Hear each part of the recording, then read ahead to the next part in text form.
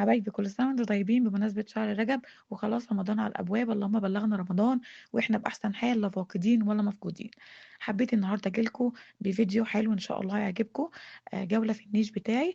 أنا عاملة النيش بتاعي سيمبل جدا، مش حاطة فيه أي حاجات ملونة ولا مبهرجة، مش حاطة أي حاجة غير يعتبر طقم الشاي أو طقم الجاتوه، أيا كان انتوا بتسموه ايه. بس وكل اللي فيه بقى يعتبر كريستالات. فأنا حبيت النهاردة إن أنا أصور لكم برضو تاخدوا فكرة، لو في عروسة بتجهز وعجبتها حاجة وعايزة تشتريها، او لو واحدة برضو في البيت وعايزة تجدد من حاجة بيتها او تجيب طقم كوبايات او كاسات او الكلام ده كله.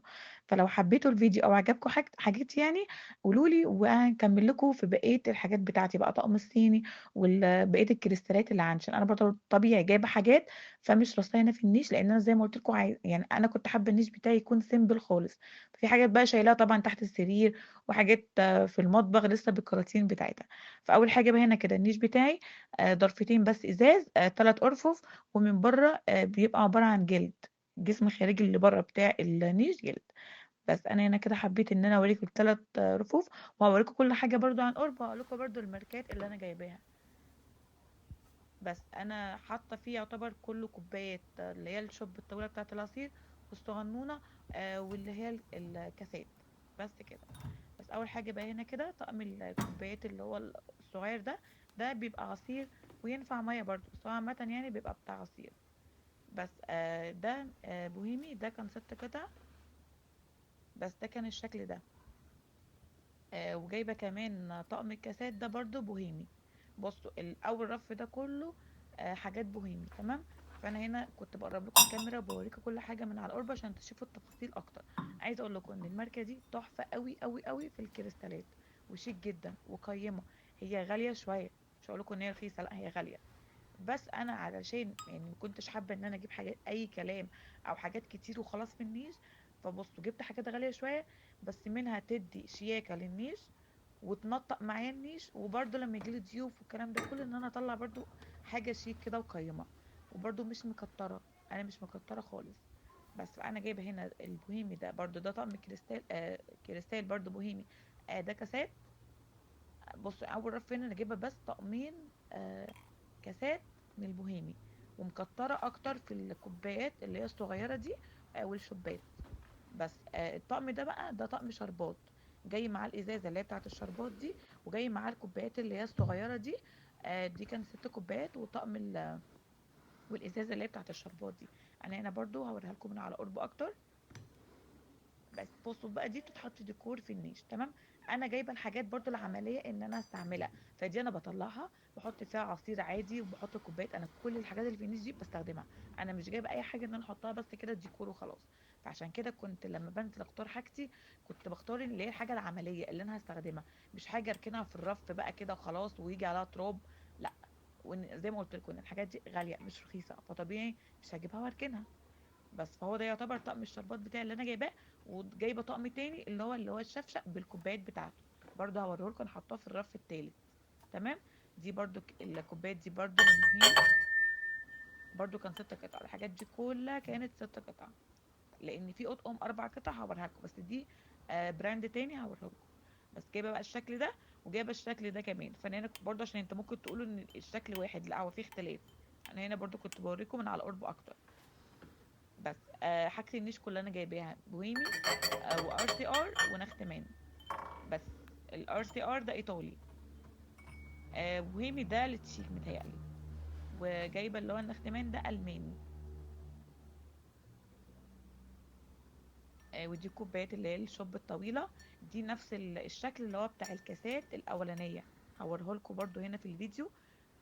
حبيت ان انا برضو يعني اعمل ماتشنج كده بين الكاسات وبين الكوبايات الشوب، عشان برضو لو عندي عزومه بتاع احط الكاس في العصير، والشوب ده مثلا احط فيه الميه. انتوا فاهمين قصدي ايه؟ انا يعتبر معظم القطن بتاعتي عاملاها كده. يعني كان في قطن مثلا كاسات جايبه عليها برضو يعني زيها الكوبايات بتاعتها، ايا كان بقى الكوبايات القصيره او الطويله.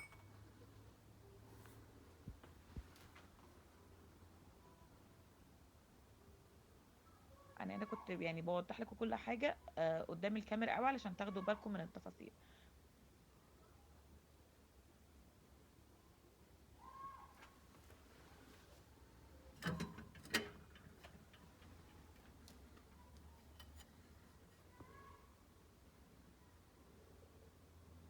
هنا بقى ده طقم الشاي برضو، انا تعبت جدا على ما لفيت وعجبني طقم الشاي، لان انا ما كنتش عايزه برضو اللي هي الاطقم اللي هي التقليدي اللي هي منتشره في السوق بصراحه. فالطقم ده عجبني. هو كله ورد وكده، بس عايزه اقول لكم ان الورد بتاعه هادي كده يعني، مش مبهرج، ما بحبش الحاجه المبهرجه قوي. وبصوا الفينش بتاعه كان لطيف. هو الطعم ده صيني، تمام.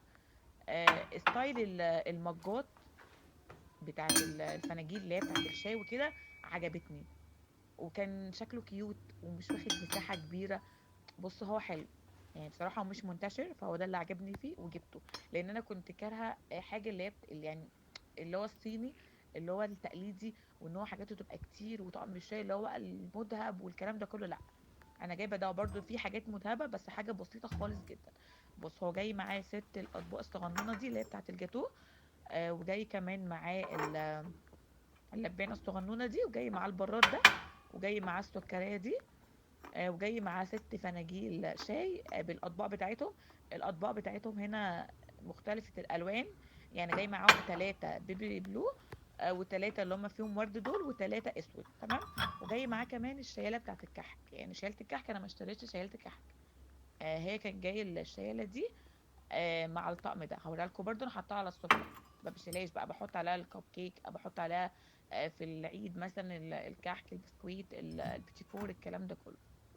بس انا هنا كنت بوريكم الفناجيل بشكلها شيك قوي قوي قوي قوي قوي. ومن جوه بصوا فيها بقى نفس الطبعه اللي هي على الفنجان من بره، او على الطبق، لان بصوا الطبق التاني ده واخد نفس نقشه الفنجان.